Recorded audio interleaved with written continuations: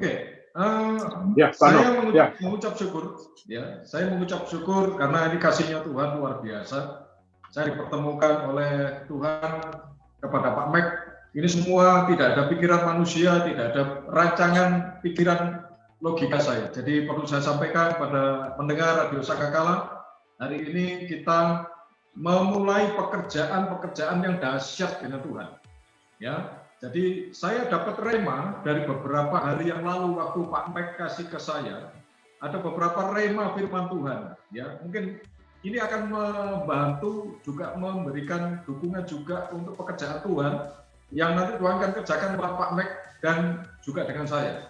Coba kita buka di Amsal 10 ayat 2. Amsal 10 ayat 2. Amsal 10 ayat 2. Saya bacakan aja ya, saya nggak ada teksnya di situ. Amsal 10 ayat 2. Oke, silakan dibacain Pak, nggak apa-apa Pak. Ya. Amsal 10 Pak. Ya. Harta benda, di situ dikatakan harta benda yang diperoleh dengan kefasikan tidak berguna. Ya, saya ulangi lagi, harta benda yang diperoleh dari kefasikan tidak berguna, jadi sia-sia. Ya, tetapi kebenaran menyelamatkan orang dari maut. Wah, ini luar biasa. Seperti tadi firman Tuhan disampaikan oleh hambanya Pak Mek di Amsal 28 ayat 8. Tadi pagi saya berdoa, saya bersaksi kepada pendengar Radio Sangkakala, kita semua mendengar live streaming ini, bahwa Tuhan mulai bekerja dengan luar biasa untuk menolong sesama kita. Dengan caranya dia, dengan caranya Tuhan. Nah, kalau kita lihat di Amsal 10 ayat 2, di situ katakan harta benda yang diperoleh dengan kefasikan. Artinya apa? Dari hasil memeras, dari hasil menguntungkan diri sendiri. Ya, tadi dikatakan meja-meja itu adalah sebetulnya adalah bank, ya tempat untuk berjualan. Nah, kalau kita tahu kebenaran hukum firman Tuhan ini luar biasa, nanti di sesi terakhir, nanti setelah Pak Mek sampaikan, KPI punya program yang mendukung apa yang kita usul bersama, yaitu adalah untuk memberikan kesejahteraan dengan prinsip sharing ekonomi. Nah, ini yang tidak sesuai dengan hukum ekonomi, ya kan?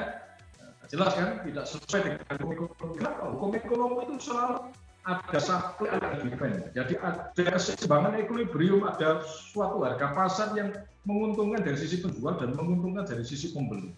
Nah, karena kalau dipikir dengan firman Tuhan, tidak masuk akal.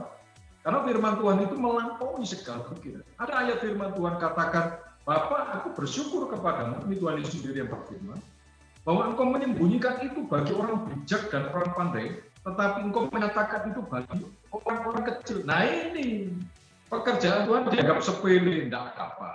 Ya kan? Artinya apa? Orang-orang yang dipakai Tuhan itu dikurangi. Kita tidak berbicara gereja, kita tidak berbicara denominasi gereja, tetapi kita berbicara tentang pekerjaan Tuhan bagi mereka yang percaya. Nah, ini yang saya sampaikan kepada jemaat Radio Sangkakala di Surabaya.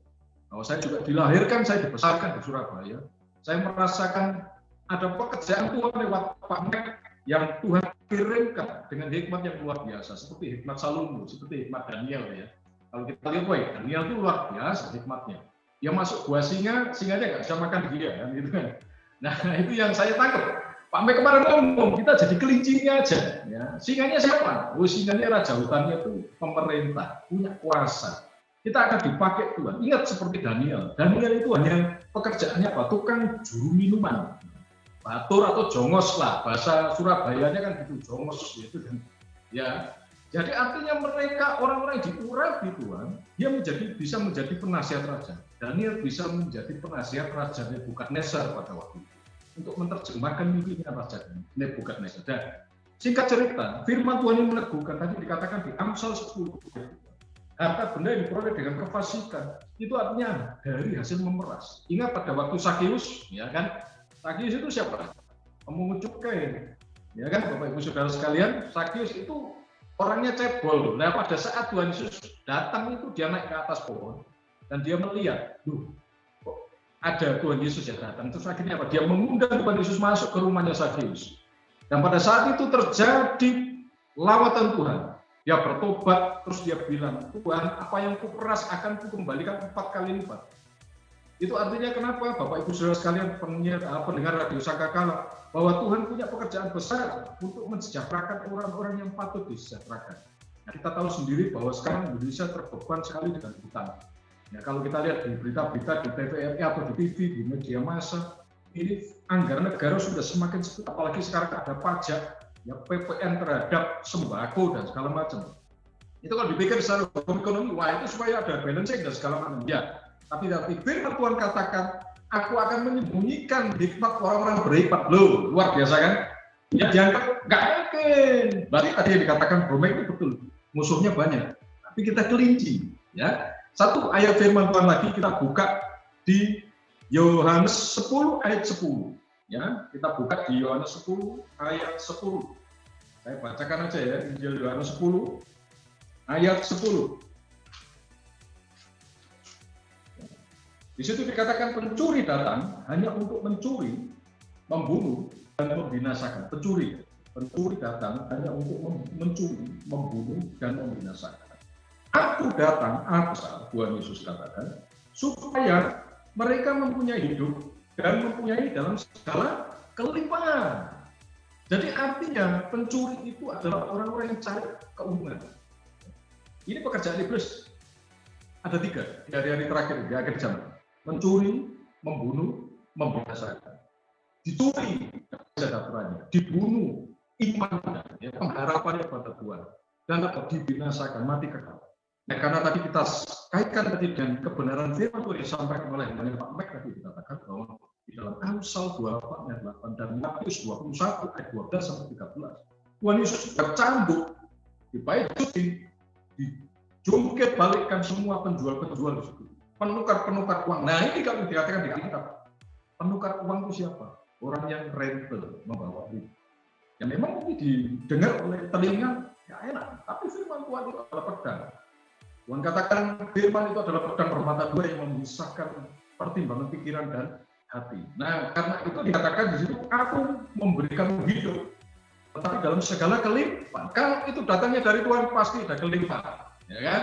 Kita tidak berbicara masalah bunga, kita tidak berbicara masalah keuntungan riba, tetapi Tuhan mensejahterakan orang-orang yang mau ditolong. Nah, dia akan pilih siapa hamba-hambanya di hari-hari terakhir ini untuk dia pakai di masa-masa sukar ini, masa-masa sulit ini.